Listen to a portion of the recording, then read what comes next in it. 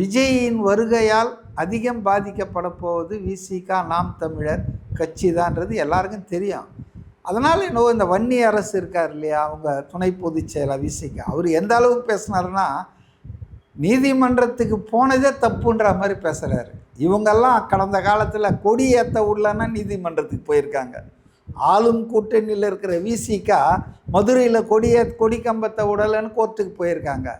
அப்போ ஒரு எதிர்கட்சியில் இருக்கிற ஒரு நபர் ஆணையத்து மேலே எங்களுக்கு நம்பிக்கை இல்லை, அது நடுநிலை பிறந்து செயல்படும் அப்படின்னு அவங்க கருத்தை அவங்க வச்சுக்கிறதுக்கும் சிபிஐ விசாரணை வேணும்னு கேட்குறதுக்கும் உரிமை இருக்குது இல்லையா? அதை ஏன் உடனே பாஜக ஆதரவு நிலைன்னு சொல்கிறீங்க? அப்படின்னா நீங்களே இந்த மடப்புறம் அஜித்குமார் அந்த கஸ்டடி மரணத்துக்கு கோர்ட்டில் நீங்களே போய் கவர்மெண்ட்டே சொல்லிச்சே நாங்கள் சிபிஐக்கு ஹேண்ட் ஓவர் பண்ணுறோன்னு. அப்போ யாரை காப்பாற்றுறதுக்காக சிபிஐ கிட்டே போனாங்க? அதெல்லாம் கிடையாது. இந்த கொலை இந்த மரணம் கொலைன்னு சொல்ல முடியாது, 41 கோர மரணம் பார்த்திங்கன்னா நாட்டையே குலுக்கி இருக்குங்க.